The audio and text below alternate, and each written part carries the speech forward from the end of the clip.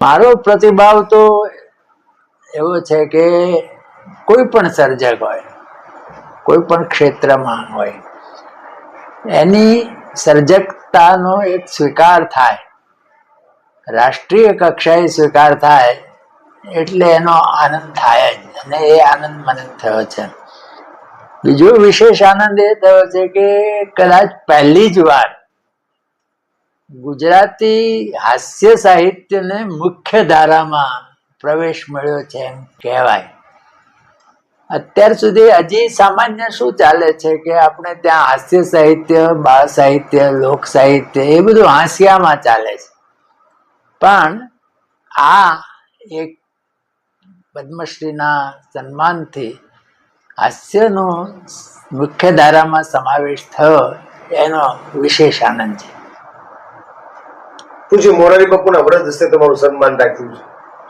હા, એટલે આમ તમને કહું, એમાં મને યાદ આવે છે કે 2011 ત્યારે આ જે ટ્રસ્ટ સ્થપાયું એનો જે ભૂમિકા છે એ છે કે 2011 ની 5મી જાન્યુઆરીએ પૂજ્ય મોરારી બાપુના હસ્તે મારું સન્માન થયેલું એક શિક્ષક તરીકે.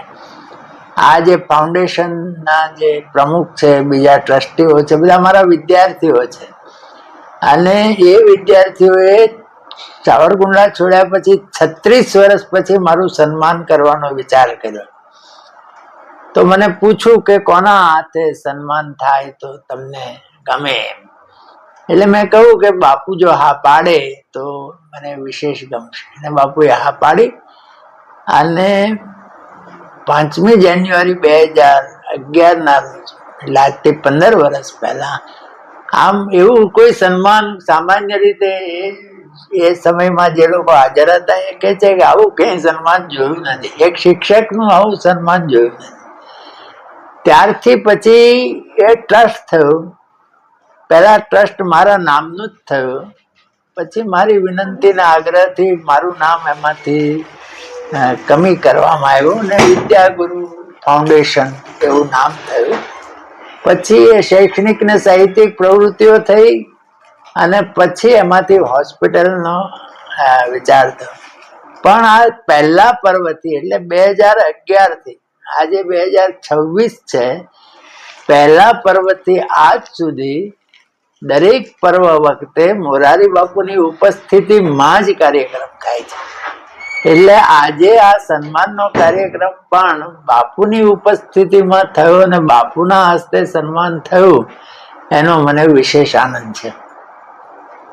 અમારા એ વિદ્યાગુરુ છે, આખી હોસ્પિટલ જે છે નિઃશુલ્ક ચાલે છે 11 વર્ષથી, 24 લાખથી વધારે દર્દીઓ લાભ લે છે. એ એમના કારણે છે. અમે એના શિષ્યો હતા.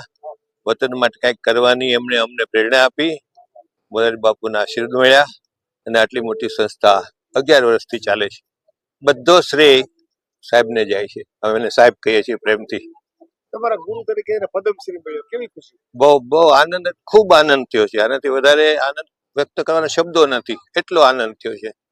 અમારા ગુરુને આટલું મોટું સન્માન દેશભરમાં એમને માટે કેટલો રિસ્પેક્ટ મળે છે, માન મળે છે, અને આનંદથી અભિનંદન મળે છે, એ જોઈને અમને બી ખૂબ ખૂબ આનંદ થાય છે. આજે મોરારી બાપુના વ્રત હશે. આજે મોરારી બાપુના વ્રત હસ્તે એમનું સન્માન કરવામાં આવ્યું, અને લગભગ 400 થી 500 માણસ હાજર હતા. અને બાપુ તો એમને માટે, બાપુને બી ખૂબ પ્રેમ છે, અને બાપુ જે અમારી સાથે જોડાયેલા છે એનું કારણ બી સાહેબ છે. સાહેબનું પહેલી વાર અમે સન્માન કર્યું આજથી 15 વર્ષ પહેલા. પછી દર વર્ષે બાપુ પર્વમાં આવે છે, અને એ બંનેને આશીર્વાદથી, પ્રેરણાથી અમારી આ સંસ્થા મોટી ચાલે છે. એટલે અમે ખૂબ ખૂબ આનંદ થયો છે, અને સાહેબને મોઢું પણ યોગ્ય સન્માન મળ્યું છે.